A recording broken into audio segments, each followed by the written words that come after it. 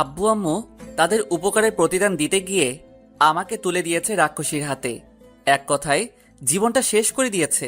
চলুন বুঝিয়ে বলি আর পরিচয় পর্বটাও শেষ করে দেই। আমি আনোয়ার হুসাইন, বাবা মায়ের আমরা 2 সন্তান। আমার ছোট একটা বোন আছে, সে 10ম শ্রেণীর ছাত্রী। আর আমি এবার ভার্সিটি সেকেন্ড ইয়ারে এক্সাম দিয়ে অবসর সময় পার করতেছি। মধ্যবিত্ত পরিবারের একটা ছেলে আমি। আর আব্বুর বন্ধু অনেক বড় লোক, উনি সব বিপদে আমাদের পাশে থেকেছেন। আর এসবের বিনিময়ে আমাকে চেয়েছে তার মেয়ের জন্য। আঙ্কেলের মেয়ে নাকি আমাকে না পেলে মরে যাবে। মায়া আঙ্কেলের মেয়ে, প্রচণ্ড রাগী মেয়ে, যা চায় তাই হাসিল করে থাকে। আর এই মেয়ের বাকি ইতিহাস পরে জানতে পারবেন। আর তাই এই সময়েই আব্বু আম্মু আমাকে তার প্রিয় বন্ধুর মেয়ের সাথে আমার বিয়ে ঠিক করে দিয়েছে। কি ভাবছেন আব্বুর বন্ধুর মেয়ে আমাকে ভালোবেসে বিয়ে করতেছে? তাহলে সম্পূর্ণ ভুল ভাবতেছেন। চলুন প্রথম থেকে বলি, তাহলে বুঝতে সুবিধা হবে। ভার্সিটির বেস্ট কাপল অব দ্য ইয়ারে অনেকজন অংশগ্রহণ নিয়েছে, সিনিয়র জুনিয়র অনেকেই। কোয়ার্টার ফাইনালে এসে মাত্র 8 দল টিকেছে। তার মধ্যে সব থেকে এগিয়ে মায়া সাইসের জুটি। তারপরে আমি আর মিম। কোয়ার্টার ফাইনাল আর সেমিফাইনালে 4 দল বাদ হয়ে গিয়েছে, আর বাকি 4 দলের মাঝে চলবে ফাইনাল। খেলায় আমি দ্বিতীয় স্থান, সেটা মায়া মানতে রাজি না। তারপরেও কিছু না বলে চুপচাপ চলতে লাগলো দিনকাল। ফাইনালের দিন ঠিক করা হলো 5 দিন পর। তবে এবার অন্যদিন খেলা হতো কোলে করে 100 মিটার দৌড়, হাত ছুঁয়ে বলে দেওয়া, আরও কিছু হতো। তবে এবার তার সাথে নতুন একটা অপশন জুড়ে দিয়েছে, সেটা হলো কাপল ড্যান্স করতে হবে 4 দলকে। কথাটা শুনে আমি চিন্তায় পড়ে গেলাম, কারণ ড্যান্স আমি কিছু কিছু পারি, তবে মিম খুব ভালো ড্যান্স পারে। মায়া আর সাইদের দিকে তাকিয়ে দেখি ওদের মুখটা কালো হয়ে গিয়েছে, কারণ এরা কেউই ড্যান্স জানে না। যাক, বাসায় এসে ফ্রেশ হয়ে চলে গেলাম মিমদের বাসায় ড্যান্স প্র্যাকটিস করতে। 5 দিনে মোটামুটি ভালো ড্যান্স শিখিয়েছে মিম আমাকে। যেহেতু মায়া আর সাইদ ভালো ড্যান্স জানে না, তাই এটাই আমাদের প্লাস পয়েন্ট, আর এটার ফায়দাই উঠাবো আমি। যাক, ফাইনাল খেলায় মায়াদের থেকে সব দিক দিয়ে একটু পিছিয়ে থাকলেও ড্যান্সের দিক দিয়ে আমরা অনেক এগিয়ে।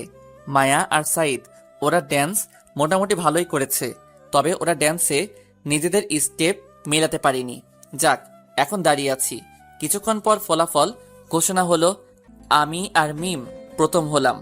ব্যাস, মিম এসে আমাকে জড়িয়ে ধরলো।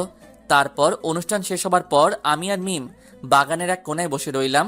তখনই দেয়ালের ওই পাশ থেকে কারো কথা কানে আসলো। কি রে মায়া, সাধারণ একটা মধ্যবিত্ত ছেলের কাছে হেরে গেলি তুই? স্যার, নতুন একটা নিয়ম করার কারণে এমনটা হয়েছে। তারপরেও তুই এই ছেলের কাছে হেরে গিয়ে নিজের মান সম্মান সব মাটিতে মিশিয়ে দিয়েছিস। বাদ দে, আর সময় হলে ওই হুসাইনের বাচ্চাকে আমি দেখে নিব। তুই কিছু বলিস না কেন ওই হুসাইনকে? আরে, সে বাবার বন্ধুর ছেলে, তাই জোর দিয়ে কিছু বলতে পারি না। আরো অনেক সমস্যা আছে যা তুই বুঝবি না। ওকে চল বাসায় যাই। তারপর আর তারা চলে গেল। তখন মিম আমাকে বলল, মায়া কি সত্যি তোমার আব্বুর বন্ধুর মেয়ে? হুম। তুমি এই মেয়েটার থেকে দূরে থাকবা সব সময়, না জানি কবে তোমার ক্ষতি করে বসে। ওকে ম্যাডাম, আর চলেন এখন আপনাকে বাসায় নামিয়ে দিয়ে আমি বাসায় যাব। মিম, ওকে মহারাজ চলেন। তারপর মিমকে নিয়ে বাসার দিকে রওনা দিলাম। মিম হলো প্রিন্সিপাল স্যারের মেয়ে। জানি না কেন অনেক ভালো লাগে মেয়েটাকে। আস্তে আস্তে সম্পর্কে জড়িয়ে গেলাম দুজন, এটা প্রিন্সিপাল স্যারও জানে। তারপর মিমকে তার বাসায় নামিয়ে দিয়ে আমি চলে গেলাম আমার বাসায়। খাওয়া দাওয়া করে দিলাম একটা ঘুম। সন্ধ্যায় উঠে দেখি মায়া ফোন দিয়ে রেখেছে কয়েকটা।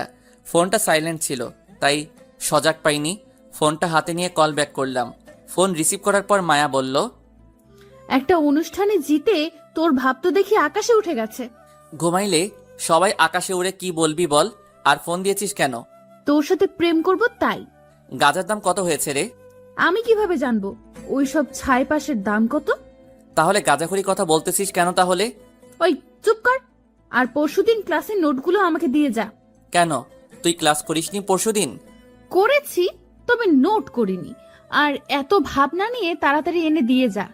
আমাকে কি তুই তোর কাজের লোক ভাবিস নাকি? তোর প্রয়োজন তুই এসে নিয়ে যা। কথাটা বলার সাথে সাথেই ফোনটা কেটে দিল। আমিও আবার শুয়ে গেলাম। ঘুম আসছে না, তাই শুয়ে না থেকে উঠে ফ্রেশ হতে চলে গেলাম। হালকা নাস্তা করে পড়ার টেবিলে বসে পড়তে লাগলাম। কিছুক্ষণ পর হঠাৎ কেউ মাথায় থাপ্পড় দিল। তাকিয়ে দেখি মায়া। আমাকে বলল, কি রে, ফোনে কি বলছিলি? কখন? একটু আগে যে বললি আমি কি তোর গোলাম নাকি, কথাটা? তো ভুল কি বলেছি? তোর লাগলে তুই এসে নিয়ে যা, আমি কেন দিতে যাব?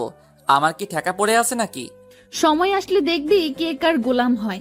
ওকে বলেই মায়া নোটগুলো নিয়ে চলে গেল। আর যাওয়ার আগে বলে গেল, তুই যে আমাকে এখান পর্যন্ত আনিয়েছিস তার শাস্তি আমি তোকে দিব। বলেই মায়া চলে গেল। আমি নিজের কাজে মন দিলাম। সকালে রেডি হয়ে ভার্সিটিতে গেলাম। গিয়ে দেখি মিম দাঁড়িয়ে আছে। তারপর দুজনে মিলে ভিতরে গেলাম। ভিতরে গিয়ে দেখি কিছু লোক এক জায়গায় জড়ো হয়ে দাঁড়িয়ে আছে। তাই মিম আর আমি সেখানে গেলাম। গিয়ে দেখি মায়া আর সাইদের কথা কাটাকাটি হচ্ছে। তাই সবাই তাকিয়ে দেখতেছে। হঠাৎ মায়া সাইদের গালে ঠাস করে একটা থাপ্পড় বসিয়ে দিয়ে সেখান থেকে চলে যায়। আমি দাঁড়িয়ে দাঁড়িয়ে ভাবতে লাগলাম, এই মেয়েটা পারেও। এই নিয়ে হয়তো 12 ওদের ঝগড়া হয়েছে, আর শাস্তি হিসেবে সাইদকে একটা কষে করে চর খেতে হয়েছে। এসব বাদ দিয়ে গিয়ে ক্লাসে মন দিলাম। লাঞ্চ টাইমে মিম আমাকে নিয়ে ঘুরতে বের হয়ে গেল। বিকেলে বাসায় এসে দেখি মায়া আর ওর আম্মু এসে বসে আছে। আমি সালাম দিয়ে ভিতরে চলে গেলাম। সবকিছু রেখে চলে গেলাম শাওয়ার নিতে। বাহিরে এসে দেখি মায়া আমার পড়ার টেবিলে বসে কি যেন লিখতেছে। তাই মায়াকে বললাম, ওই তুই কি লিখিস? Love letter. বেশি বক বক করবি না, এমনিতেই মাথা গরম আজকে। আপনার তো সারা শরীরে কারেন্ট চলে 12 মাস। মানে তুই কি বলতে চাইছিস? মানে খুব সহজ। তোর কাছে এটা নতুন কি? দুদিন পর পর সাইদকে মারবি, পরের দিন গিয়ে সরি বলে সব ঠিক করে ফেলবি। তাই অভিনয় না করে যা করার করে বিদায় হ। মায়া লিখা আটকে দিয়ে উঠে চলে গেল। আর কেমন যেন রাগী চোখ দেখিয়ে গেল। পরের দিন সকালে ভার্সিটিতে গিয়ে মিমের সাথে বসেছিলাম। তখনই মায়া এসে সামনে এসে দাঁড়ালো। তখন মিম আমাকে বলল, চলো রাজ, অন্য কোথাও গিয়ে বসি। চলো। ওই হুসাইন, তুই বলেছিলি না সাইদকে থাপ্পড় দিয়ে আমি আবার সরি বলে সব ঠিক করে ফেলি? এবার আমি সব শেষ করে দিয়ে এসেছি। তো আমি কি করব এতে? কিছু করতে হবে না। শুনে রাখ, এই মায়া কারোর উপর নির্ভর করে বাঁচে না। দেখবো তোর এসব ভাব কতদিন থাকে। বলেই মিমকে নিয়ে সেখান থেকে চলে আসলাম। তারপর দুজন মিলে ক্লাসে চলে গেলাম। বিকেলে ক্লাস শেষ করে গেল প্রিন্সিপাল স্যারের সাথে দেখা করতে। তাই আমি গেটের বাহিরে বসেছিলাম। মিম বের হওয়ার সময় কেমন রাগী একটা লুক দিয়ে চলে গেল। কিছুক্ষণ পর এসে আমাকে বলল, হোসেন, তুমি মায়ের থেকে দূরে দূরে থাকবে, ওর সাথে আর কথা বলবে না। কেন, কি হয়েছে? একটু আগে আমার একটা বান্ধবী এসে বলল মায়া নাকি আমার আর তোমার সম্পর্কের মাঝে ফাটল ধরাতে চাইতেছে। তুমি সত্যি একটা বোকা। মানে? মানে হলো এই মায়া বুঝি আমাদের মাঝে সম্পর্কের ফাটল ধরাতে পারবে। আর তুমি যেহেতু ওর কথা জেনে নিয়েছো, তাই ওর উল্টাপাল্টা কথা বললে সেটা এড়িয়ে চলবে, তাহলেই হবে।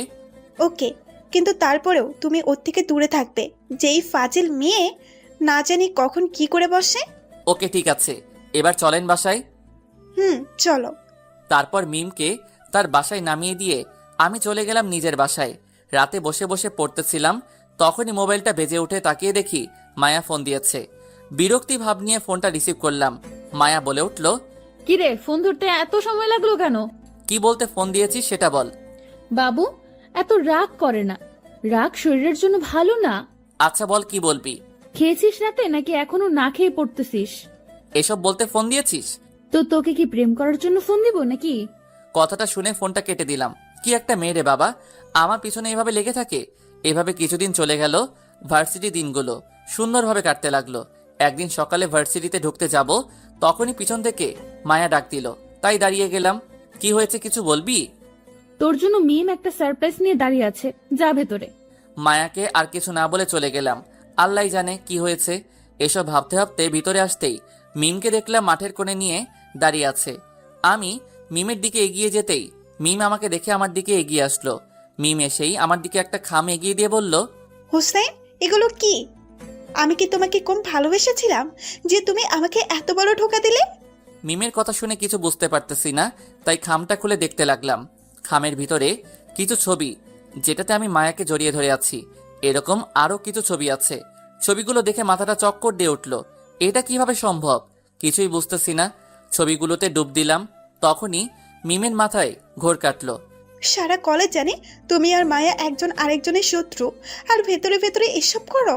প্লিজ চুপ করো, আমাকে ভাবতে দাও। না, তুমি আগে এটা বলো, আমাকে কেন এসবের মাঝে টানলে? আমি কি দোষ করেছি? মিম, তুমি এগুলো পেয়েছো কোথায়? আমার বইয়ের ভেতরে একটু আগে পেয়েছি। বুঝেছি, আসো আমার সাথে। তারপর মিমকে নিয়ে গেলাম মায়ার কাছে। মায়া এক কোনায় ওর বান্ধবীদের সাথে দাঁড়িয়েছিল। আমি গিয়ে মায়াকে জিজ্ঞাসা করলাম, এগুলো কি মায়া? মানে কোনগুলা? দেখ, রাগ উঠাবি না, আর এমন ভাব নিচ্ছিস যে তুই কিছু জানিস না। মায়ার হাতে খামটা ধরিয়ে দিলাম। তারপর মায়া সেগুলো খুলে দেখে আমাকে বলল, দেখ, তোর যদি আমাদের সম্পর্কের কথা কাউকে বলতে লজ্জা পাস, তাহলে এতে আমি কি করব? আর এগুলো ব্যাপারে আমি কিছুই জানি না। তোর আর আমার সম্পর্ক মানে? মানেটা তোকে বলতে হবে? দেখ মায়া, সত্যিটা কি বল, না হলে রাগ উঠলে কি করব তা তুই ভাবতেও পারবি না। সত্যি বলার কি আছে? আর হ্যাঁ, তোর আর আমার মাঝে একটা সম্পর্ক আছে, ভালোবাসার। এটা তো আর অস্বীকার করতে পারবি না। কি আছে? রিলেশনশিপ। ব্যাস, রাগটাকে আর আটকাতে পারলাম না। ঠাস করে মায়ার গালে একটা চড় বসিয়ে দিলাম। আশেপাশের সবাই হাঁ করে তাকিয়ে রইল আমার দিকে। তাই মায়াকে বললাম, আমাদের রিলেশনের প্রথম উপহার দিলাম, আর যদি আমার আর মিমের মাঝে আসতে চাস তাহলে জানে মেরে ফেলবো, বলে দিলাম। মায়া গালে হাত দিয়ে অবাক হয়ে আমার দিকে তাকিয়ে আছে। আমি মিমকে নিয়ে চলে যাচ্ছিলাম, তখনই তিশা ডাক দিয়ে বলল, তোকে আমি দেখে নিব। আমি ওর কথার কর্ণপাত না করে চলে গেলাম মিমকে নিয়ে। তারপর মিমে রাগ করে বাসায় চলে গেল।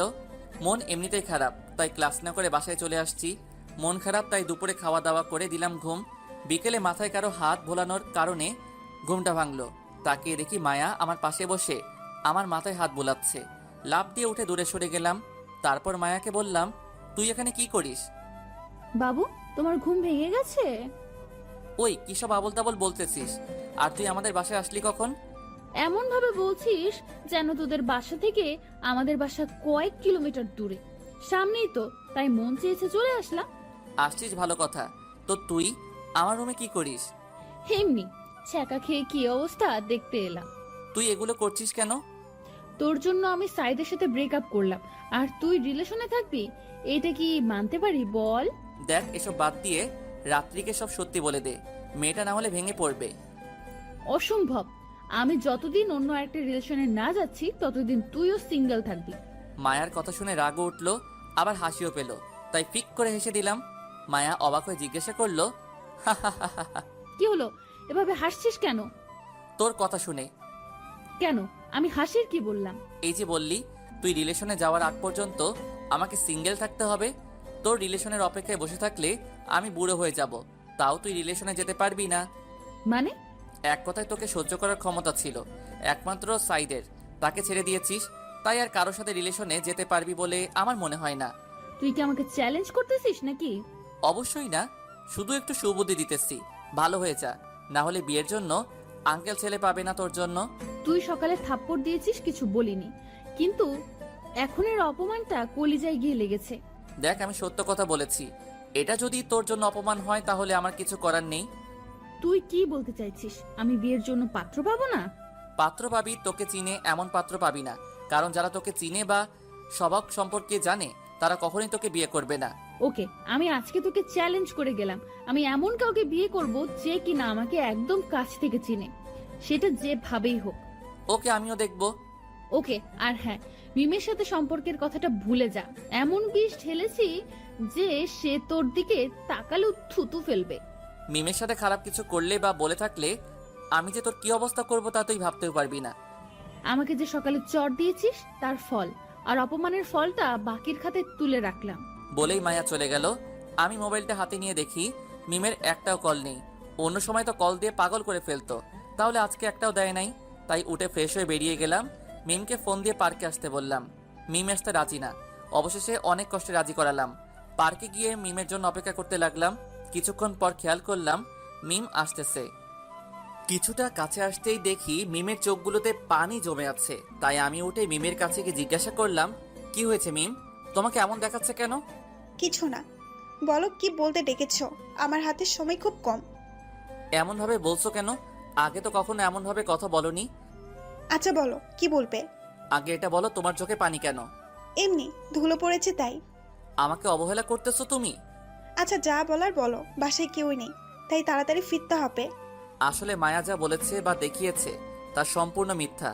আমার আর মায়ের মাঝে এমন কিছুই নেই, আর হবেও না। মিম কিছুক্ষণ চুপ থেকে কি যেন ভাবতে লাগলো, তাই আবার বললাম, প্লিজ মিম, তুমি মায়ের কথা বিশ্বাস করো না।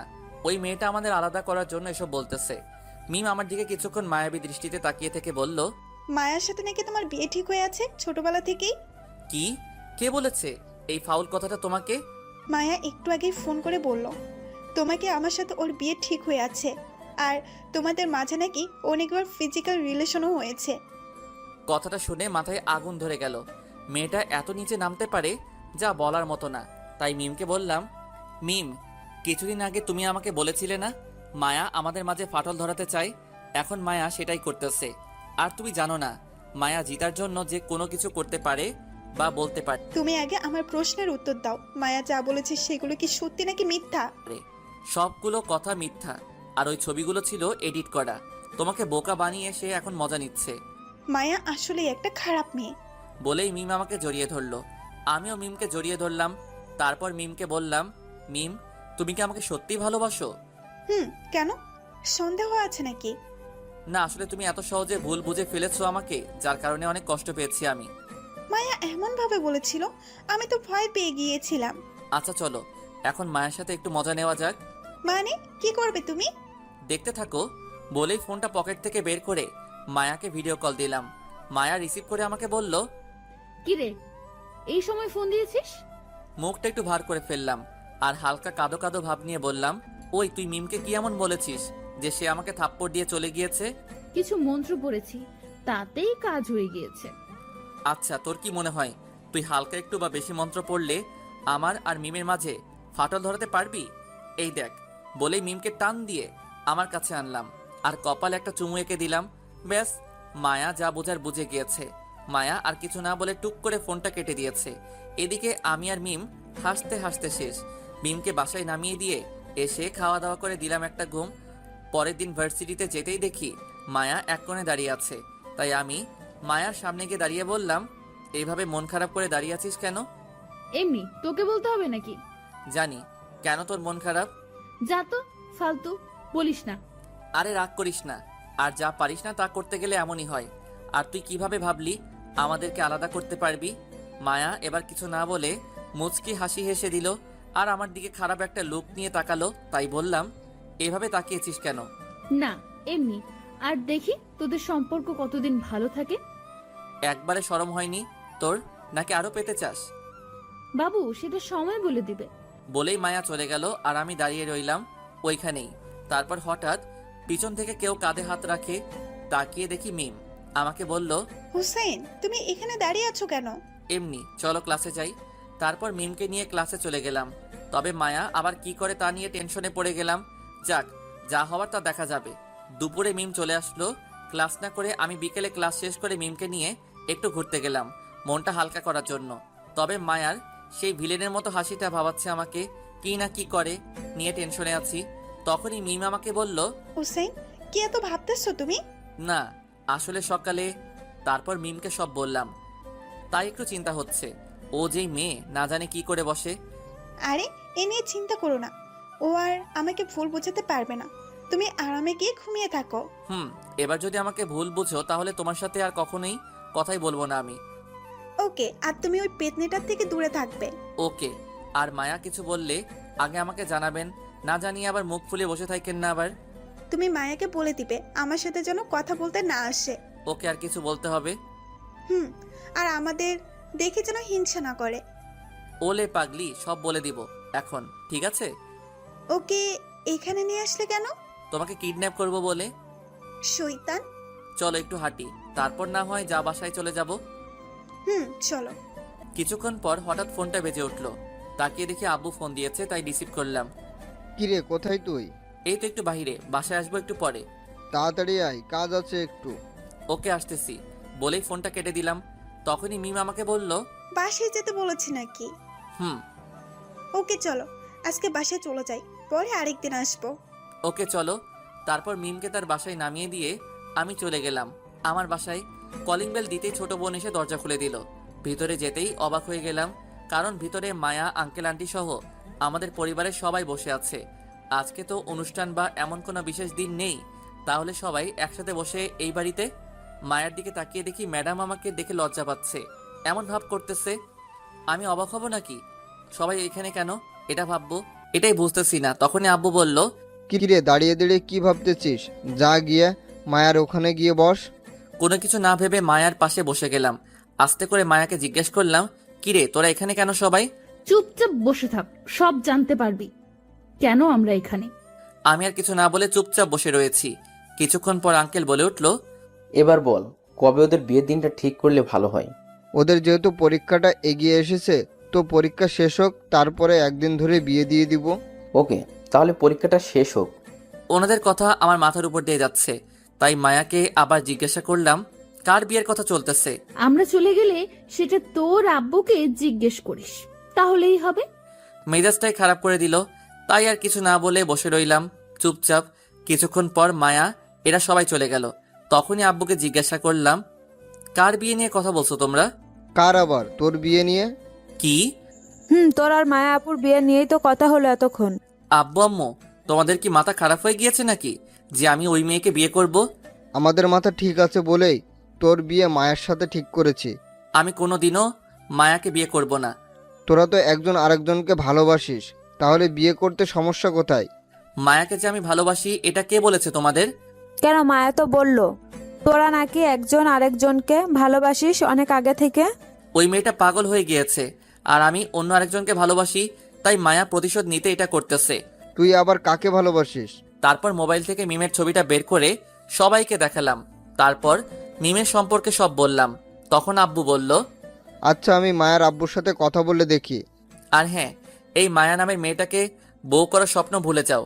বলেই ভিতরে চলে গেলাম নিজের রুমে। রাগে মাথাটা গজগজ করতে লাগলো। এসব ফাউল চিন্তা বাদ দিয়ে চলে গেলাম ফ্রেশ হতে। ফ্রেশ হয়ে বের হতেই দেখি মোবাইলে কল আসতেছে। তাকিয়ে দেখি মায়ার ফোন, তাই বিরক্তি নিয়ে ফোন করলাম।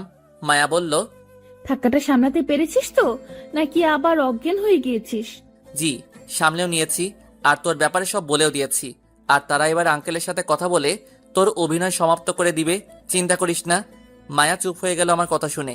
বুঝলাম টেনশনে পড়ে গেছে মেয়েটা, তাই আবার বললাম, কিরে এবার তুই ধাক্কা খেলি নাকি?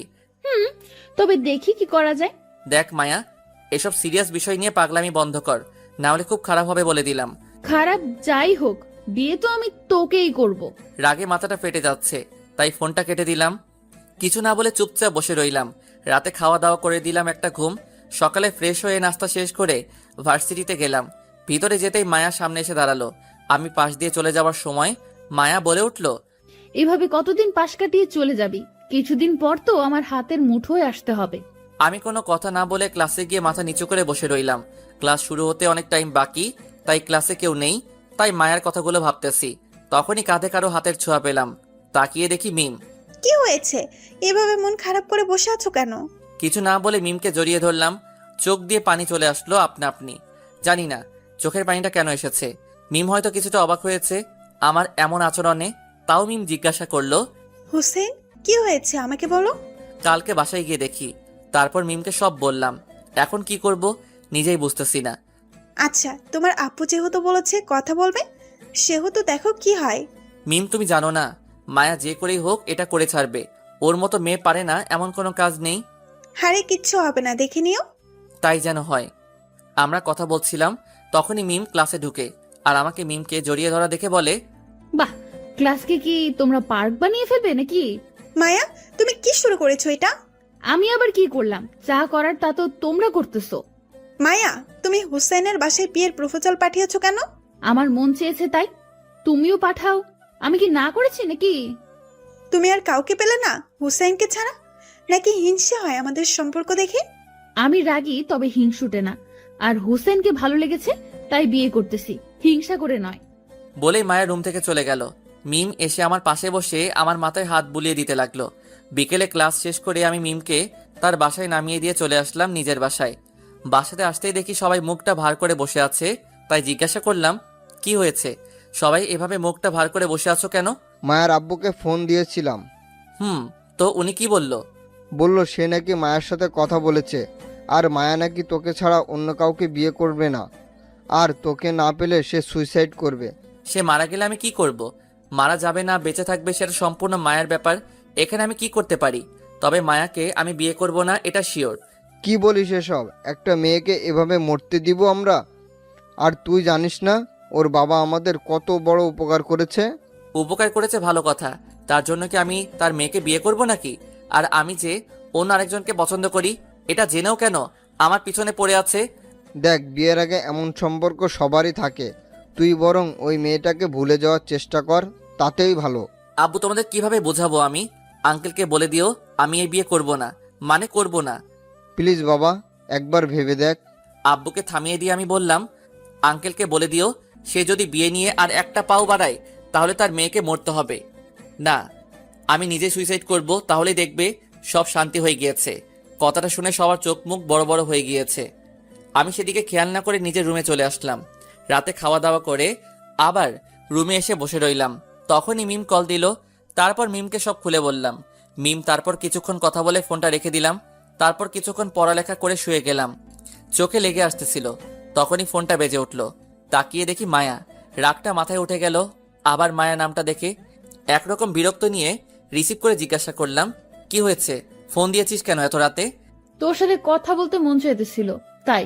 কেন, ফোন দিতে পারি না নাকি? দেখ, কাজের কিছু বলা থাকলে বল, না হলে ফোনটা রেখে দিব। ওকে শোন, আজকে পরীক্ষার সাবজেক্টের চার্ট দিয়েছে, সেটা তোর ইমেইলে পাঠিয়ে দিয়ে রেখেছি, দেখ। থ্যাঙ্কস বলে ফোনটা কেটে দিলাম। আর একটাও কথা বললাম না। তারপর আরামের একটা ঘুম দিলাম। সকালে উঠে ফ্রেশ হয়ে নাস্তা না খেয়ে ভার্সিটিতে চলে গেলাম। আম্মু ডেকেছিল, কিন্তু এক প্রকার রাগ নিয়ে বেরিয়ে গেলাম। ভার্সিটিতে গিয়ে দেখি মিম দাঁড়িয়ে আছে এক কোনায়, তাই আমি মিমের কাছে গেলাম। তারপর বসে রইলাম চুপ করে, মন খারাপ করে। তখনই পিছন থেকে কেউ কাঁধে হাত রাখলো। তাকিয়ে দেখি মায়া।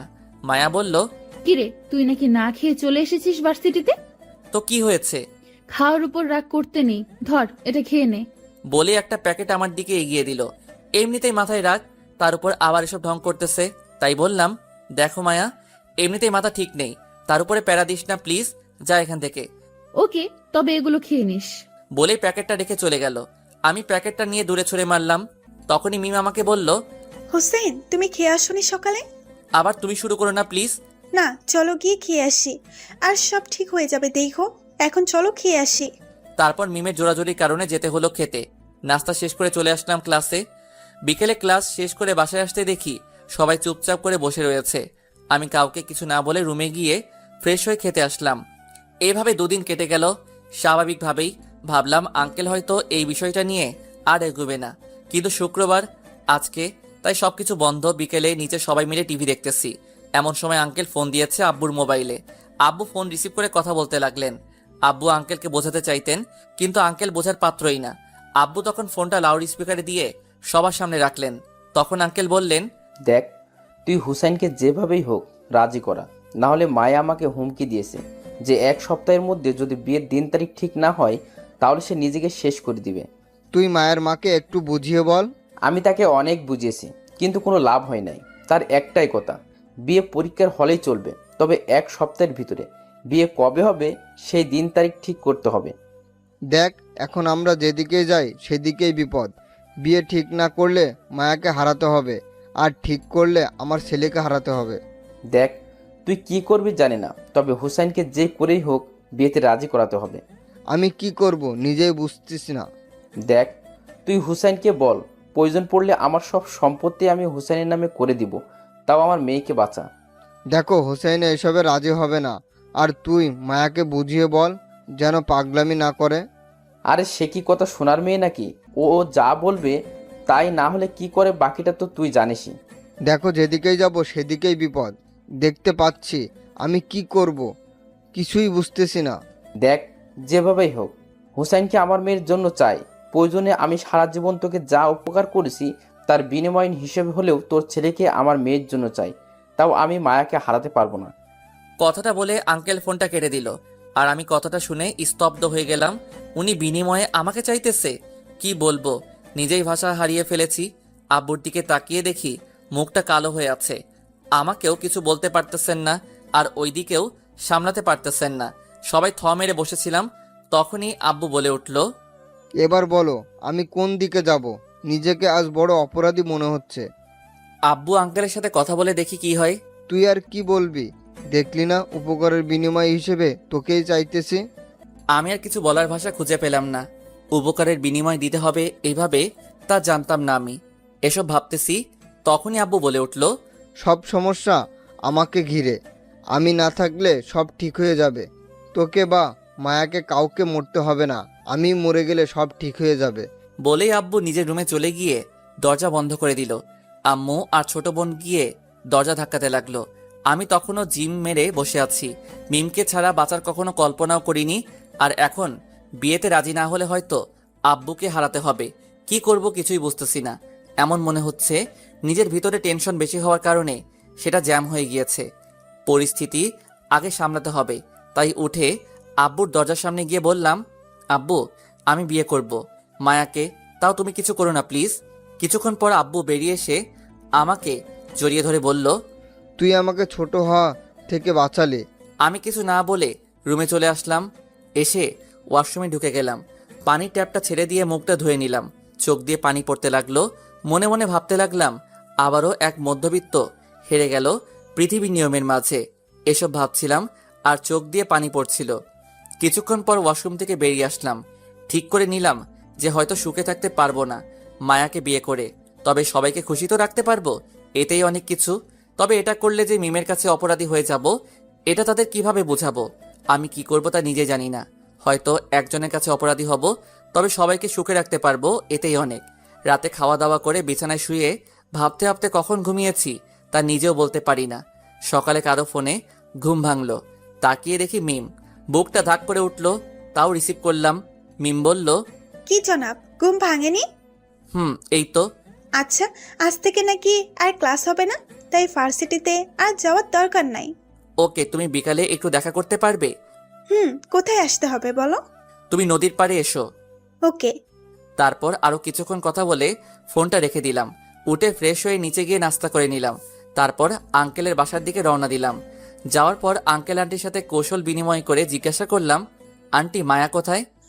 সে তো ঘুমাচ্ছে। কেন, কোনো কাজ আছে নাকি? না আন্টি, ওর কাছে আমার একটা খাতা আছে, সেটা নিতে এসেছি। আচ্ছা, তুমি যাও, গিয়ে নিয়ে আসো। আমি আর কিছু না বলে সোজা উপরে চলে গেলাম মায়ার রুমে। গিয়ে দেখি এখনো ঘুমাচ্ছে। ঘুমন্ত অবস্থায় মায়াকে কেউ দেখলে বলবে না মায়া এমন কাজ করতে পারে, কারণ ঘুমালে মায়াকে অনেক মায়াবী লাগে। মায়াকে হালকা করে ডাক দিতে সে আমাকে বলল, কিরে, তুই আমার রুমে এত সকালে? সূর্য আজকে কোন দিকে উঠলো? ছাদে আয়, তোর সাথে কথা আছে আমার। বলে আমি ছাদে গিয়ে দাঁড়িয়ে রইলাম। কিছুক্ষণ পর মায়া এসে আমাকে বলল, কিরে, কি বলবি বল?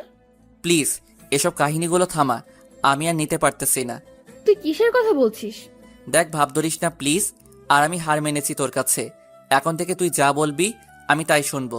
তাও এসব ড্রামা বন্ধ কর। আমি তোকে বিয়ে করব, এখানে ড্রামা আসবে কোথা থেকে? আমি সিরিয়াসলি তোকে বিয়ে করব। বললাম তো আমি হার মেনেছি। প্রয়োজন পড়লে তোর পাগুলো দে, আমি তোর পা ধরে ক্ষমা চাইবো। আর তুই যা বলবি তাই শুনবো, প্রমিস? ভেবে বলছিস তো? বল কি করতে হবে এর বিনিময়ে? বাসার সবাই যেভাবে বলছে, তুইও তাদের কথা মতো আমাকে বিয়ে করে নে, ব্যাস এটাই দাবি। মায়ার কথায় রাগ উঠতে লাগলো আমার। যে কথাটাই বলি সে সেই কথাটাকে ঘুরিয়ে এই জায়গাতেই আনে। নিজের রাগটাকে কন্ট্রোল করে বললাম, আচ্ছা বিয়ে করা ছাড়া কি আর কোনো উপায় নেই? আছে তো। তাহলে এতক্ষণ কথা না ঘুরিয়ে এটা উপায়টা বললেই তো পারতি। বল কি উপায়? আমাকে বউ বানিয়ে নে। মাথাটা নষ্ট হয়ে যাবে এই মেয়ের সাথে কথা বললে। তাই আর না বাড়িয়ে চলে আসলাম বাসায়। বিকেলে পার্কে মনমরা হয়ে বসেছিলাম। তখনই মিম এসে পাশে বসে গেল। আমাকে এভাবে বসে থাকতে দেখে জিজ্ঞাসা করলো, এভাবে বসে আছো কেন? কিছু না বলে মাথাটা নিচের দিকে চুপচাপ বসে রইলাম, কারণ মিমকে কি বলবো এটাই ভেবে পাচ্ছি না। তখন মিম আবার বলল, হোসেন, কি হয়েছে তোমার? আমাকে খুলে বলো। আবার নতুন করে কি কিছু হয়েছে? নতুন করে কিছু হয়নি, যা ছিল তা শেষ করে ফেলেছে মায়া, আর আমি হেরে গিয়েছি মিম। মানেটা একটু খুলে বলো প্লিজ। কালকে বিকেলে মিমকে সব বললাম, বলেই চুপ করে গেলাম। মিমের চোখের কোণে পানি জমে আছে, কিন্তু হাত দেওয়ার অধিকারটা হয়তো হারিয়ে ফেলতেছি। এইভাবে কিছুক্ষণ দুজনেই চুপ করে বসে রইলাম। তখনই মিম আমাকে বলল, হোসেন, তুমি আমাকে ভুলে যেতে চেষ্টা করো, তাতেই ভালো।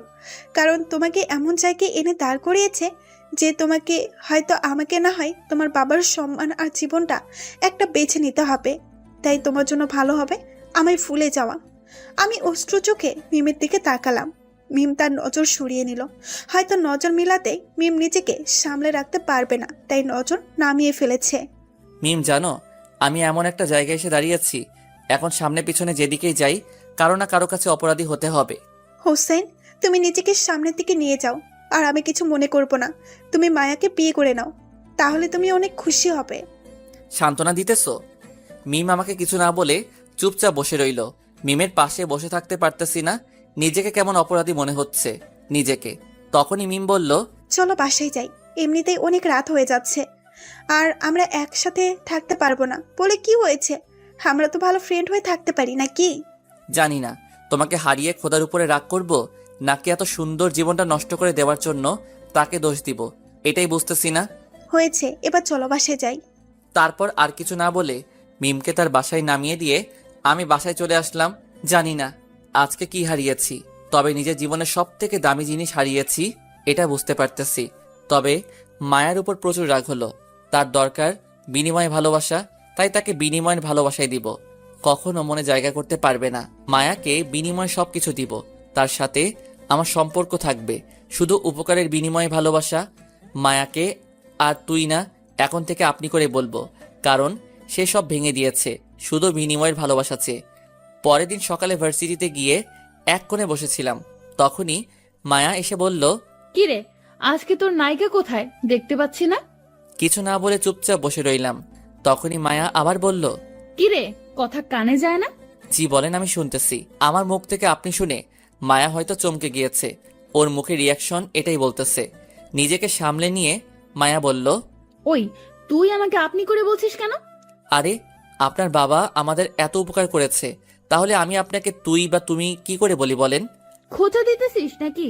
আরে না, আপনারা বিনিময়ে আমাকে চেয়েছেন, আমি তো বিয়েতে রাজি হয়ে গিয়েছি, এতে খোঁচা দেওয়ার কি আছে? দেখ, তোর আপনি আমার ভালো লাগতেছে না, আর এসব ঢং বাদ দে। দেখুন, আপনারা উপকার করেছেন তাই সম্মান প্রাপ্য, আর আমি ঢং করতে যাব কেন? আমি তো রিয়েলিটিতে চলতেছি, আর তাই যদি কেউ উপকার করে তাকে সম্মান দিয়ে কথা বলতে হয়। ওকে, ডাকতে থাক, আর সম্মান দেওয়া ভালো। বলেই মায়া উঠে চলে গেল। আমি সেই জায়গাতেই বসে রইলাম। এভাবে কেটে গেল কিছুদিন। এর মাঝে বিয়ের দিন ঠিক হয়ে গিয়েছে, আমার পরীক্ষাও প্রায় শেষ। আমি পরীক্ষার মাঝে নিজেকে ব্যস্ত রাখার চেষ্টা করলাম, আর ওরা যা বলে তাতেই তাল মিলিয়ে চলতে লাগলাম, কারণ যা হারাবার তা তো হারিয়ে ফেলেছি।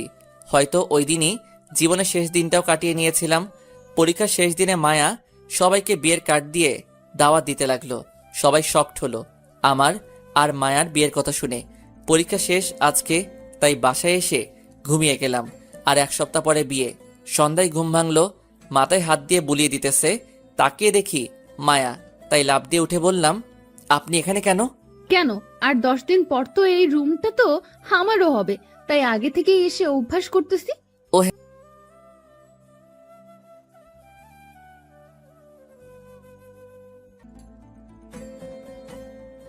না বলে চুপচাপ শুয়ে গেলাম, কারণ জীবনের একটাই লক্ষ্য এখন, তার বিনিময় কিভাবে পূরণ করব।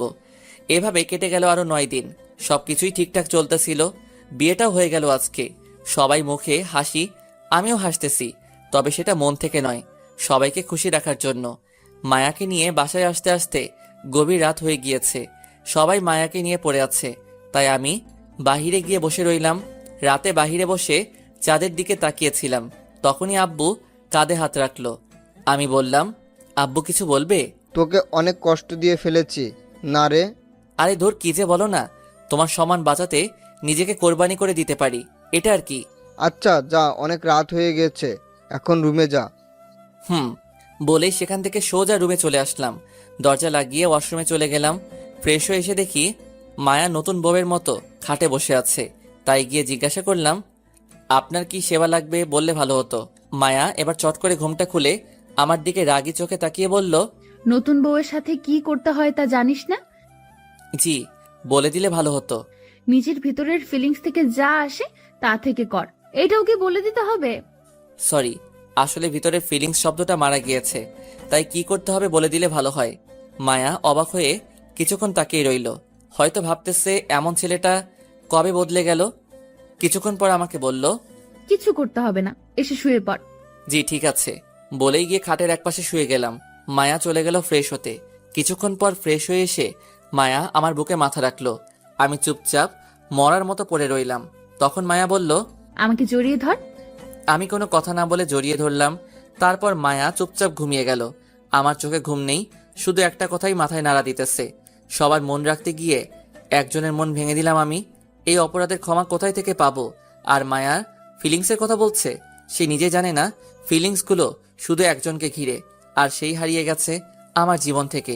এসব হাজারো চিন্তা করতে লাগলাম আর চোখ দিয়ে সমানে পানি পড়তে লাগলো। কখন যে সকাল হয়ে গেল নিজেও জানি না। হঠাৎ মায়ার বুকের মাঝে নড়াচড়া দিয়ে উঠল।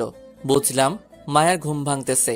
আমি হাত দিয়ে চোখের পানিগুলো মুছে ঘুমের ভান ধরে চোখটা বন্ধ করে নিলাম। মায়া উঠেই নিজেকে আমার থেকে ছাড়িয়ে নিল।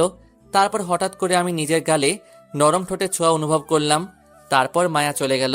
আমি তাকিয়ে দেখি ওয়াশরুমে চলে গিয়েছে ফ্রেশ হতে। কিছুক্ষণ পর ফিরে এসে আসার শব্দ পেলাম, তাই আবার চোখ বন্ধ করে শুয়ে রইলাম। কিছুক্ষণ পর মায়া আমাকে ডাক দিল। ঘুম ভেঙেছে এমন একটা ভাব নিয়ে তাকালাম। তখনই মায়া বলল, তুই রাতের বেলায় ঘুমের মধ্যে কিস করলি কেন আমাকে? মায়ার কথা শুনে আমি টাসকি খেয়ে এলাম। কাল রাতে আমি ঘুমালাম কখন? নাকি মায়া ভাব নেওয়ার জন্য বলেছে? এসব ভাবতেছি তখন মায়া আবার বলল, কিরে, উত্তর দিচ্ছিস না কেন? সরি, আসলে ঘুমের মধ্যে মানুষ কি করে তা তো বলতে পারে না, তাই ভুল করে হয়ে গিয়েছে, মাফ করে দিবেন প্লিজ। ওকে, যা উঠে ফ্রেশ হয়ে আয়। ওকে বলেই উঠে চলে গেলাম ফ্রেশ হতে। ফ্রেশ হয়ে এসে রেডি হবার পর মায়া আর আম্মুকে নিয়ে নাস্তা করতে গেলাম। আমি চুপচাপ গিয়ে নাস্তা করতে বসে গেলাম। ওইদিকে মায়াকে নিয়ে সবাই মজা করতেছে। এসব কেমন যেন বিরক্ত লাগতেছে, তাই হালকা কিছু খেয়ে রুমে চলে আসলাম। কিছুতেই ভালো লাগতেছে না। আমার পিছন পিছন মায়াও রুমে আসলো। এসে আমাকে বলল, রুমে চলে আসলি কেন? আসলে ভালো লাগতেছিল না তাই চলে আসছি। কেন, কোনো সমস্যা হয়েছে নাকি? সবাই কেমন করে যেন তাকিয়ে দেখতেছিল তোর চলে আসার দিকে। ও তো এখন কি করতে হবে বলেন? আমার সাথে বাহিরে আয়, আর সবার সাথে হাসি মুখে কথাবার্তা বলবি। ওকে, এই হাসিটা চলবে? তোরে হাসি দিতে বলছি, দাঁত বের করে দেখাতে বলি নাই। আর এমন ভাবে হাসি দিতেছিস যেন হাসি দিতে কষ্ট হইতেছে তোর। আসলে এর চেয়ে সুন্দর হাসি আমি দিতে পারি না। কেন, আগে যে মিমের সাথে বসে বসে হাসতি, ওইগুলো কোথায় এখন? ওই যার নামটা বলেছেন তার সাথে মাটি চাপা পড়ে গেছে হাসিগুলো। আমার কথা শুনে মায়া চুপ হয়ে গেল। কিছু বলতে গিয়েও থেমে গেল। তারপর বলল, আয় বাইরে যাই, রুমে ভালো লাগতেছে না। চলেন। তারপর মায়াকে নিয়ে বাহিরে গেলাম। সবার সাথে কথা বলতে লাগলাম। বিকেলে রেস্ট করতে রুমে এসে শুয়েছিলাম, তখনই মায়া রুমে আসলো। তারপর ফ্রেশ হতে চলে গেল। ফ্রেশ হয়ে এসে দরজা লাগিয়ে দিয়ে এসে আবার বুকে শুয়ে গেল। আমি আগের মতোই শুয়েছিলাম। তখন মায়া বলল, আচ্ছা হুসেন, এখন তো স্বামী স্ত্রী, তাই না? কাজী সাহেব বলেছিল, কালকে শুনেছি। তুই কি এখনো আমাকে মেনে নিতে পারিসনি? তোর কি বলেন এসব? আমি তো ওই দিন আপনাকে মেনে নিয়েছি, যেদিন আপনার আব্বু বিনিময় চেয়েছিল। হুসেন প্লিজ, পেছনে সবকিছু ভুলে যা। এখন এসব মনে রেখে লাভ নেই। ওকে, ভুলে গেলাম। এই তো ভালো ছেলে। তো এখন বল, আমাকে ভালোবাসিস কিনা? ভালোবাসাটা কি জানতে পারলে খুব ভালো হতো। দেখ হুসেন, আমি মানতেছি যে আমি তোকে জোর করে বিয়ে করেছি, কিন্তু এখন তো সবকিছু মেনে নিয়েছি। তুইও মেনে নে, তাতেই ভালো। ওকে। আচ্ছা হুসেন, তুই কি এখনো ওই মিমকে ভালোবাসিস? দেখুন, এসব বিষয় জানার আপনার কোনো অধিকার নেই। তার চেয়ে ভালো আপনার কি উপকার করতে পারি এটা বলেন। আমি নিজে সবটুকু দিয়ে চেষ্টা করব সেটা পূরণ করার। কথাগুলো বলতে বলতে চোখের কোণ দিয়ে টপ টপ করে 2 ফোঁটা পানি ঝরে গেল। তাড়াতাড়ি করে মুছে ফেললাম। মায়া আমার কথা শুনে আর কিছু না বলে চুপচাপ শুয়ে রইল। আমি মনে মনে ভাবতে লাগলাম, এখন কেমন লাগে মায়া? আমিও ওই দিন এমনভাবে কষ্ট পেয়েছিলাম যা হয়তো তুমি আজকে ফিল করতেছো। মায়া বললে হয়তো আমি তার সাথে সেক্স করতে আমি তাও করব, তবে তা বিনিময় হিসেবে ভালোবেসে না। কারণ আমি মাটি দিয়ে দিয়েছি আমার মন আর বাকি সবকিছু মিমে চলে যাওয়ার সাথে। এখন নিয়ম মতো রোবটের মতো নিজের দায়িত্ব পালন করে যাব। এটাই হয়তো বাকি জীবনে থাকবে। এসব ভাবতে ভাবতে কখন যে ঘুমিয়ে গেছি তা নিজেও জানি না। চোখ খুলল কারো ডাকে। তাকিয়ে দেখি মায়া মাথার পাশে বসে আছে। এবার আর ঘাবড়াইনি। মায়াকে বললাম, জি কিছু বলবেন অথবা কিছু করতে হবে আমাকে? জি, এখন উঠে নিচে খেতে আসেন, সবাই খেতে বসে আছে। ঘড়ির দিকে তাকিয়ে দেখি অনেকক্ষণ ঘুমিয়েছি, তাই উঠে ফ্রেশ হয়ে চলে গেলাম খেতে। খাওয়া দাওয়া করে আবার রুমে চলে আসলাম। এসে বসে রইলাম চুপচাপ। কি করব তাও ভেবে পাচ্ছি না। ভার্সিটি খোলা থাকলে এমনটা না করে এসব কাটিয়ে উঠতে পারতাম। এখন তো পুরো বেকার লাগতেছে নিজেকে। এসব ভাবতেছিলাম তখনই মায়া রুমে আসলো। এসে আমাকে বলল, কি রে, তোর শরীর ভালো না? জি ভালো। বলেন আপনার কিভাবে সেবা করতে পারি? ওই আমি তোরে বলছি আমার কিছু লাগবে না। তাহলে কথায় কথায় এটা বলিস কেন? বলেন আপনার কি সেবা করতে পারি? জি, নিজের কাজটা যদি ভুলে যাই আর আপনি যদি এতে কষ্ট পান তাই দায়িত্ব নিয়ে নিজের কাজটা নিজে করি। মায়া আমার কথা শুনে কিছুক্ষণ ড্যাব ড্যাব করে তাকিয়ে রইল। তারপরে হঠাৎ ঠাস করে গালে একটা চড় বসিয়ে দিল। আমি বললাম, এতক্ষণে ভালো লাগতেছে আমার যে আপনাকে সেবা দিতে পেরেছি। মায়া আর কিছু না বলে ওয়াশরুমে চলে গেল। আমি কিছু না বলে বিছানায় গিয়ে শুয়ে রইলাম। কিছুক্ষণ পর মায়া ওয়াশরুম থেকে বের হয়ে এসে আমার পাশে শুয়ে গেল। আমি সেদিকে খেয়াল না করে নিজের মতো শুয়ে রইলাম। কিছুক্ষণ দুজনের মাঝে নীরবতা বজায় রইল। হঠাৎ মায়া বলে উঠল, হুসাইন, তুই আমার বুকে মাথা দিয়ে ঘুমা আজকে। আমি মায়ার কথা মতো মায়ার বুকে মাথা দিয়ে শুয়ে গেলাম। তখন মায়া আমাকে বলল, আমার হার্টবিট শুনতে পাচ্ছিস হুসাইন? জি। হার্টবিট গুলো কি বলতেছে তাকে শুনতে পাচ্ছিস না? সরি ম্যাডাম, এসব বোঝার ক্ষমতা আমি অনেক আগেই হারিয়ে ফেলেছি। দেখ হুসাইন, আমি জানি তুই আমার উপর রাগ করে আছিস, মাফ করে দে প্লিজ। দেখুন, আমি কোনো ব্যাপারে আপনার উপরে রাগ করে নেই, তাই বারে বারে মাপ চেয়ে আমাকে লজ্জা দিবেন না প্লিজ। দেখ, এভাবে বলিস না, বললাম তো ভুল হয়ে গিয়েছে। প্লিজ ম্যাডাম, এভাবে বলবেন না। আমি যদি পারতাম তাহলে ক্ষমা করে দিতাম। দেখ হুসাইন, তোকে জোর করব না, তুই ক্ষমা করে দে, না হলে কিন্তু আমি বাধ্য হব জোর করতে। ম্যাডাম, আপনি বললেই আমি কাজ করে দিব, জোর করার কি আছে? আমার কথা শুনে মায়া রাগে টলমল করতে লাগলো। আমি কিছু না বলে চুপচাপ রইলাম। তখন মায়া আবার বলল, বুঝছি তোকে বুঝিয়ে পারবো না, তাই যা করার আমাকেই করতে হবে। আপনি কেন কষ্ট করতে যাবেন? আমাকে বলেন, আমি করে দিচ্ছি। তুই কি করতে পারবি? আমার সাধ্যের ভিতরে হলে অবশ্যই পারবো। ওকে, ভালোবাসতে পারবি আমাকে? সরি ম্যাডাম, এটা আমার সাধ্যের অনেক বাহিরে, তাই পারবো না। আপনি চাইলে জীবন দিতে পারি, তবে ভালোবাসতে পারবো না। কথায় কথায় খুঁজে দেওয়াটা কোথা থেকে শিখেছিস? বলবি একটু, বলবি? সময়ের কাছ থেকে। আসলে সময় মানুষকে বদলে দেয় আর অনেক কিছু শিখিয়ে দেয়। মাঝে মাঝে পাথরসহ বানিয়ে দেয় একটা মানুষকে। হো, তাই এমন ভাবে কথা বলিস? আন্তরিকভাবে দুঃখিত আমি। আপনি যদি আমার কথায় কষ্ট পেয়ে থাকেন। আমার কথা শুনে মায়া ফিক করে হেসে দিল। তারপর বলল, তোর কথায় শুধু কষ্ট পাই না, এমন লাগে বুকের ভেতরে হাতুড়ি দিয়ে আঘাত করতেছে, বুঝছ? জি ম্যাডাম। আচ্ছা, এসব বাদ দিয়ে একটা সোজা কথা বলে দেই, শুনে রাখ। জি বলেন। তোকে আমি 2 দিন সময় দিলাম, এর মাঝে আমাকে ভালোবেসে মেনে নিবি। তোর জন্য ভালো, আর এর মাঝে মেনে না নিলে তোর থেকে জোর করে আমি আমার অধিকার আদায় করে নেব। হালকা মুচকি হেসে আমি চোখ বন্ধ করে ফেললাম। জানি না মায়া কি ভাবতেছে, আর সেটা জানার কোনো প্রয়োজনও মনে করি না। মায়া আমাকে জড়িয়ে ধরল। আমি কোনো কিছু না বলে চুপ করে শুয়ে রইলাম। হাজারো চিন্তা মাথায় নিয়ে ঘুমিয়ে গেলাম। কখন তা বলতে পারি না। সকালে ঘুম ভেঙে তাকিয়ে দেখি আমি নিজের সিটে শুয়ে আছি, আর মায়া আমার বুকে শুয়ে ঘুমিয়ে আছে। আমি ওঠার জন্য হালকা করে মায়াকে বুকে নামাতে চাইছিলাম, তখনই মায়ার ঘুমটা ভেঙে গেছে। ঘুমন্ত গলায় আমাকে বলল, হুসেন, ঘুমাতে দে তো একটু, এত নড়াচড়া না করে যেভাবে আছিস সেভাবেই শুয়ে থাক প্লিজ। তারপর আবার ওইভাবে শুয়ে রইলাম। কি আর করার, কিছু না বলে চুপচাপ শুয়ে চোখ বন্ধ করে রাখলাম। এভাবে কেটে গেল 2 দিন। বিয়ের সব নিয়ম প্রায় শেষ, তবে বাসায় বসে থাকতে থাকতে ভালো লাগতেছে না। তার উপর এসব প্যারা। রাতে বসে বসে মোবাইল টিপতেছিলাম, তখনই মায়া রুমে আসলো। এসে আমাকে বলল, কিরে, আজকে তো 2 দিন শেষ, কি ঠিক করলি? আপনি আমাকে যা বলবেন তাই করব। আমি তাই এখানে মেনে নেওয়া আর না নেওয়ার কিছুই নেই। বুঝছি, তোকে বুঝিয়ে লাভ নেই, তার চেয়ে বরং তোর সাথে কঠিন হয়ে থাকাটা ভালো। এটা আপনার ইচ্ছা। ঠিক আছে, এখন এদিকে এসে আমাকে কিস কর। মায়ার কথা মতো তার কাছে গিয়ে কপালে একটা কিস করলাম। তখন মায়া রেগে বলল, ওই, তোরে কপালে কিস করতে বলেছিলাম আমি? সরি ম্যাডাম, আপনি স্থান উল্লেখ করেন নাই, তাই আমি কপালে করেছি। ওই, নিজের বউয়ের কপালে কিস করে কেউ? আর এটা বলে দেওয়া লাগে নাকি? বউ কথাটা শুনে নিজের অজান্তেই ফিক করে হেসে দিলাম আমি। মায়া আমার হাসি দেখে অবাক হয়ে তাকিয়ে রইল। তারপর নিজেকে সামনে নিয়ে বললাম, সরি ম্যাডাম, আসলে একটা কথা মনে পড়ায় হাসি পেয়ে গিয়েছিল। আমি বুঝেছি কেন হেসেছিস। থাক, তোকে কিছু করা লাগবো না, যা করার আমিই করতেছি। জি ম্যাডাম। কথাটা বলতে না বলতেই মায়া আমার ঠোঁটগুলোকে সে নিজের ঠোঁট দিয়ে দখল করে নিল। তারপরে কিছুটা স্কিপ করে যাওয়াই ভালো, তবে মন থেকে একটু হয়নি। যা হয়েছে সব বিনিময় থেকে করেছি। সকালে ঘুম থেকে উঠে দেখি মায়া এখনো ঘুমাচ্ছে, তাই উঠে চলে গেলাম ফ্রেশ হতে। শেষ বিকেলে রুমে বসেছিলাম, তখনই মায়া রুমে আসলো। এসে বলল, হুসেন, চল বাইরে কোথাও গিয়ে ঘুরে আসি।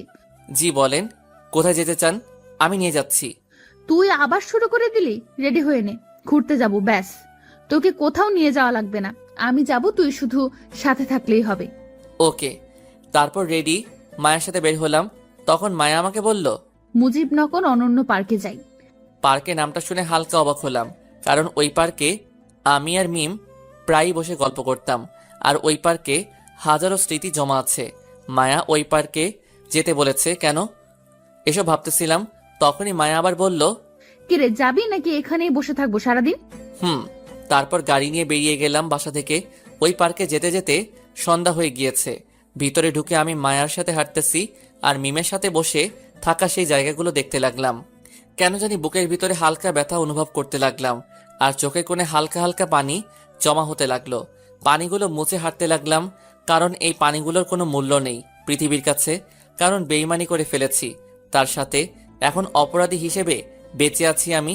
এসব ভাবতে ভাবতে আনমনে হাঁটতেছি। তখন মায়া ডাক দিয়ে বলল, কিরে, অতীতে চলে গেলি নাকি? আসলে শরীরটা ভালো লাগতেছে না। ও, আমি তো মনে করেছিলাম তুই মিমের কথা ভাবতেছিলি। আমি আর কিছুই বললাম না, চুপচাপ নির্বাক দর্শকের মতো কিছুক্ষণ কাটিয়ে আসলাম মায়ার সাথে। বাসায় এসে খাওয়া দাওয়া করে রুমে চলে আসলাম। খাওয়া দাওয়া শেষ করে আমি রুমে চলে আসলাম। মায়াও কিছুক্ষণ পর রুমে আসলো। এসেই আমার উপর শুয়ে বলল, তোকে নিয়ে ঘুরতে গিয়ে মজা নেই, মনে হয় একটা রোবট নিয়ে ঘুরতে বের হয়েছে। আমি কিছু না বলে চুপ করে শুয়ে রইলাম আর মায়ার কথাগুলো শুনতে লাগলাম। মায়ার এবার আমার সামনে উঠে দাঁড়িয়ে গেল। তারপর আমাকে বলল, আচ্ছা হুসাইন, আমরা হানিমুনে গেলে ভালো হবে বলতো? ম্যাডাম আমি কি বলবো বলেন, আপনি যেখানে যেতে চান আমিও সেখানেই যাব।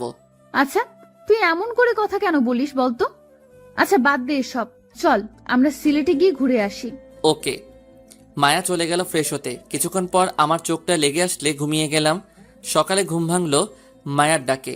তাকিয়ে দেখি আমার পাশে বসে আছে। আমাকে সজাগ হতে দেখে বলল, কিরে, ঘুম ভেঙেছে? জি। আচ্ছা উঠে রেডি হয়ে নে তাড়াতাড়ি, আমাদের বাসায় একটু যেতে হবে, আব্বু ডেকেছে আমাদেরকে। ওকে। তারপর রেডি হতে চলে গেলাম। ফ্রেশ হয়ে নাস্তা করে মায়াকে নিয়ে ওদের বাসায় গেলাম। সবার সাথে কুশল বিনিময় করা শেষ হলে আঙ্কেল আমাদের নিয়ে তার অফিসে গেল। গিয়ে নিজের মতো করে বসে রইলাম। কিছুক্ষণ পর মায়া আমাকে বলল, তোকে এখানে আব্বু কেন নিয়ে এসেছে জানিস? না কেন? আজকে আব্বু তার সব সম্পত্তি তোর আর আমার নামে লিখে দিবে। মায়ার কথা শুনে ফিক করে হেসে দিলাম। হাসি থামিয়ে রাখতে না পেরে হেসে দিয়েছি। মায়া অবাক হয়ে গেল আমাকে হাসতে দেখে। তারপর বলল, ওই হাসতেছিস কেন?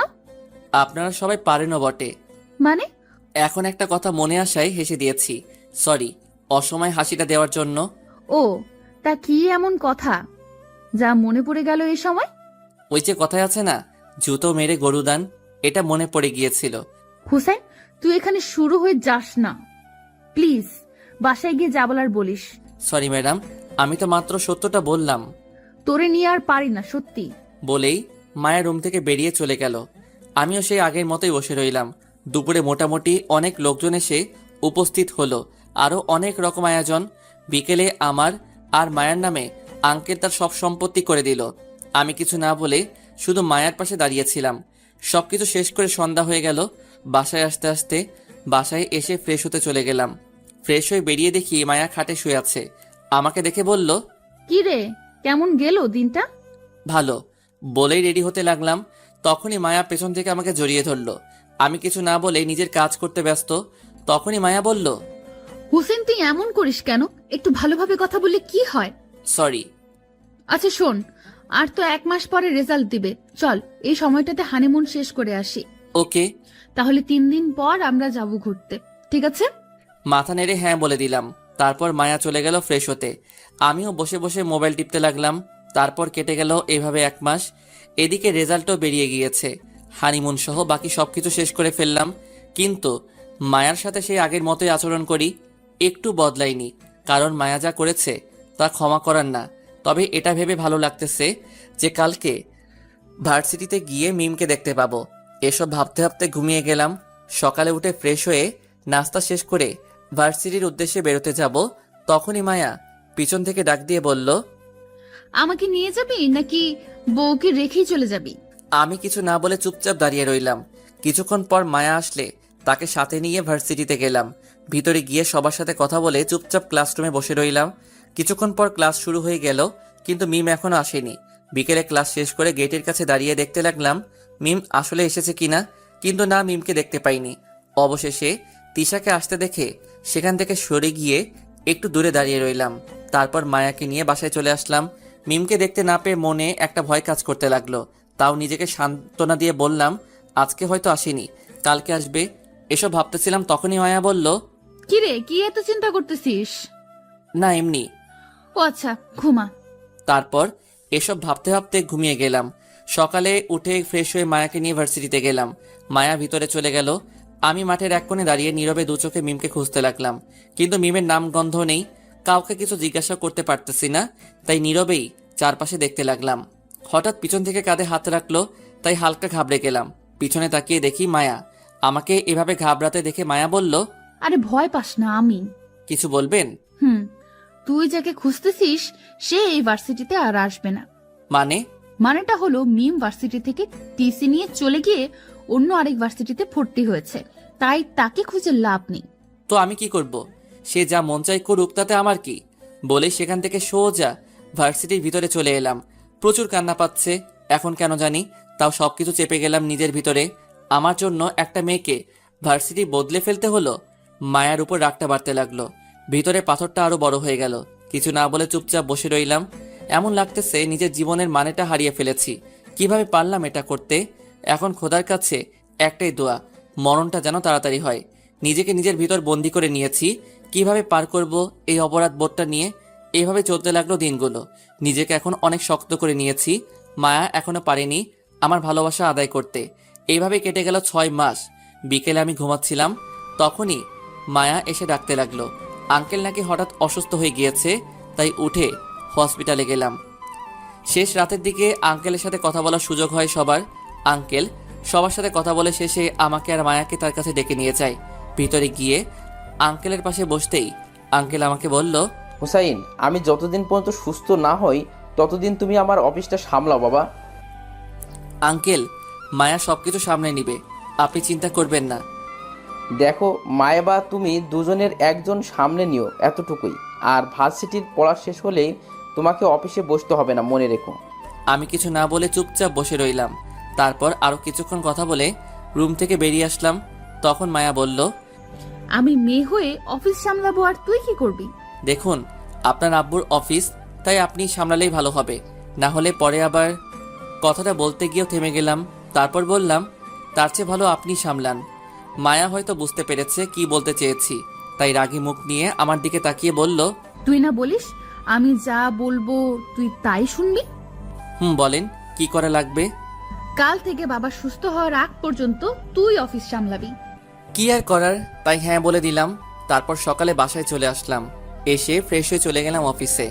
ম্যানেজার সবকিছু বুঝিয়ে দিয়েছে, তাই অত একটা অসুবিধা হয়নি। দুপুরে লাঞ্চ টাইমে মায়া অফিসে এসে হাজির খাবার নিয়ে। কিছুটা আজব লাগলো, এখানে খাবার আনার কি আছে? সবাই খেতে চলে গেল। তখন মায়া আমাকে খাবার রেডি করে দিতে দিতে বলল, সরি সকালে ওইভাবে কথা বলার জন্য। আরে না, ঠিক আছে। দেখ, তুই একটা বিষয় নিয়ে রাগ করে আছিস সেই প্রথম থেকে, আবার এটা নিয়ে রাগ করে বসে থাকিস না। আমি কারো উপর রাগ করি না। আচ্ছা, তাহলে আজকে তোকে আমি খাইয়ে দেব। তারপর প্লেটটা নিয়ে নিজের হাতে খাইয়ে দিতে লাগলো। আমি কিছু না বলে চুপচাপ খেতে লাগলাম। খাওয়া দাওয়া শেষ করে মায়া আমাকে বলল, শোন, আজকে তোর আর হসপিটালে যাওয়ার দরকার নেই, তুই বাসায় গিয়ে রেস্ট করিস। আমি কাল বা পরশু চলে আসবো বাসায়। ওকে। মায়ার যাওয়ার আগে জড়িয়ে ধরলো। আমি কিছুটা ঘাবড়ে গিয়ে বললাম, এটা একটা অফিস, কেউ চলে আসতে পারে।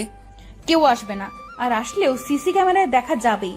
আর বেশি কথা না বলে চুপচাপ জড়িয়ে ধর আমাকে। আমি আর কিছু না বলে চুপচাপ দাঁড়িয়ে রইলাম। কিছুক্ষণ পর মায়া চলে গেল।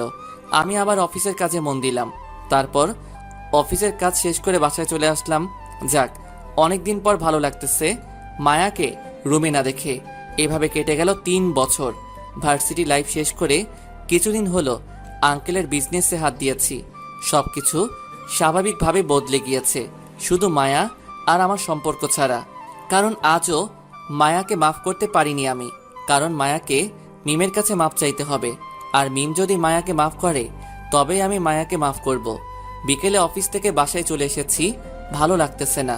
আমাকে দেখে মায়া বলল, কিরে, তুই এত তাড়াতাড়ি চলে আসলি, শরীর খারাপ নাকি তোর? না, আমি ঠিক আছি। এমনি ভালো লাগতেছে না, তাই চলে এসেছি। আচ্ছা ঠিক আছে, তুই বসে থাক, আমি তোর জন্য পানি নিয়ে আসতেছি। না লাগবে না, আমি ঠিক আছি। তোর কি মন খারাপ? না ম্যাডাম, আমি ঠিক আছি। আজকে তো মিমের বার্থডে, তাই তোর মন খারাপ, তাই না? আমি কিছু না বলে চুপচাপ বসে রইলাম। আসলেই আজকে মিমের বার্থডে, তাই মনটা খারাপ। তখন মায়া বলল, তুই আর কতদিন মিমকে মনে রাখবি বলতো আমাকে? মায়ার কথা শুনে হালকা মুচকি হাসি দিয়ে চুপ করে বসে রইলাম। তখন মায়া বলল, আমার কথাটা শুনে মায়া রাগে গজগজ করতে লাগলো। তারপর আমাকে বলল, আচ্ছা তুই কি চাস বলতো হোসেন? কিছুই না। হোসেন আমার দিকে তাকাতো একটু। বলেন। আচ্ছা মিমের থেকে আমি কোন দিক দিয়ে কম বলতো? উল্টো মিমের চেয়ে আমি আরো বেশি সুন্দর, তারপরও কেন এমন করছিস? আপনি বাহির দিয়ে মিমের থেকে সুন্দর এটা মিথ্যা না, তবে মিমের ভিতরে যে সৌন্দর্য তার কাছে ধারাও যেতে পারেননি আপনি। মায়া এসে আমার কোলে বসে আমার গালে হাত দিয়ে নরম সুরে বলল, আচ্ছা বল, কি করলে তুই আমাকে ক্ষমা করবি? দেখুন, আপনি আমার সাথে কোনো অন্যায় করেননি যে আপনাকে আমি মাফ করব, সো বাদ দেন এসব। আচ্ছা আমি যদি মিমের কাছে ক্ষমা চেয়ে নেই, তাহলে কি তুই আমাকে ক্ষমা করে দিবি? আমি কিছু না বলে চুপচাপ বসে রইলাম। মায়া আমার দিকে কিছুক্ষণ তাকিয়ে থেকে গালে একটা কিস করলো। আচ্ছা আমি মিমকে খুঁজে বের করে তার কাছে ক্ষমা চেয়ে নিব, তারপর তোকে বোঝাবো কত ধানে কত চাল। বলে উঠে চলে গেল মায়া, আর আমি ফ্রেশ হতে চলে গেলাম। দুদিন পর দুপুরে অফিসে বসে কাজ করতেছি, তখনই দরজায় কেউ নক করলো, তাই বললাম, ইয়েস কামিং। তখনই দরজা ঠেলে মিম রুমে আসলো। আমি অবাক হয়ে গেলাম মিমকে 4 বছর পর দেখে। মিম রাগী মুখ নিয়ে আমার দিকে এগিয়ে এসে আমার গালে ঠাস করে একটা চড় বসিয়ে দিল।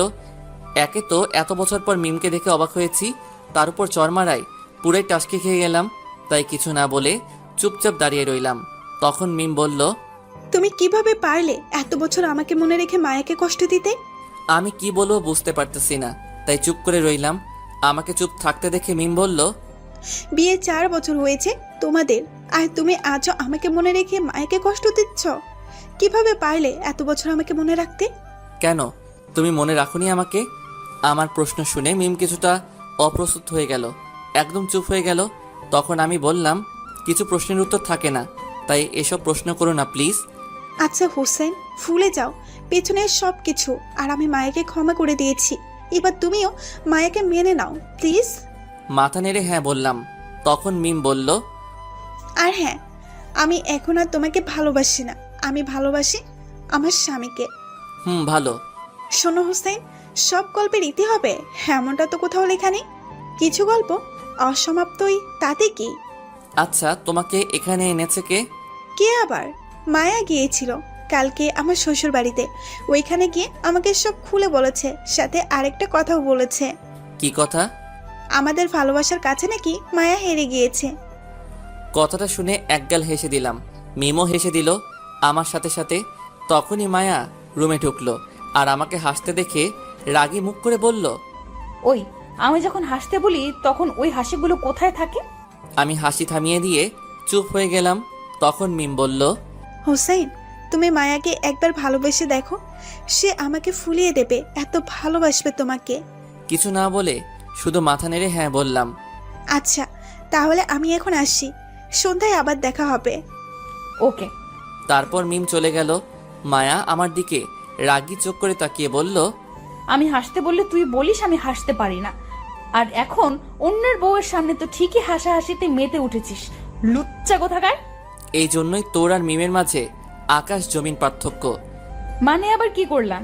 দেখ মিম, এত বছর পরে আমাকে দেখে এখনো তুমি করে বলে, আর তুই এখনো স্বামীকে সম্মান দিতে শিখলি না। নিজের হাজবেন্ডকে কেউ তুই তুকারি করে? দেখ, এমনিতেই 4 বছর জ্বালিয়েছিস, এখন এসব ফাউল কথা বললেই ঘুষি মেরে নাক ফাটিয়ে ফেলবো। ওকে, মিমকে কি রাতে বাসায় আসতে বলেছিস নাকি? আর চল, এখন অফিসের সবাইকে ছুটি দিয়ে বাসায় যেতে হবে, প্রচুর কাজ করতে হবে। কিসের কাজ? আমার কথা শুনে মায়া কেমন যেন অবাক হয়ে আমার দিকে তাকালো, তাই আবার জিজ্ঞেস করলাম, কিসের কাজ? আর সবাইকে এই দুপুরে ছুটি দিতে যাব কেন? আর তুই এভাবে অবাক হয়ে তাকিয়ে আছিস কেন? স্যার, আজকে আমাদের বিয়ের 4 বছর পূর্ণ হয়েছে, তা হয়তো আপনার মনে নেই। কথা শুনে আকাশ থেকে পড়লাম, সত্যি তো আজকে 4 বছর হয়েছে। নে এবার কি বলি?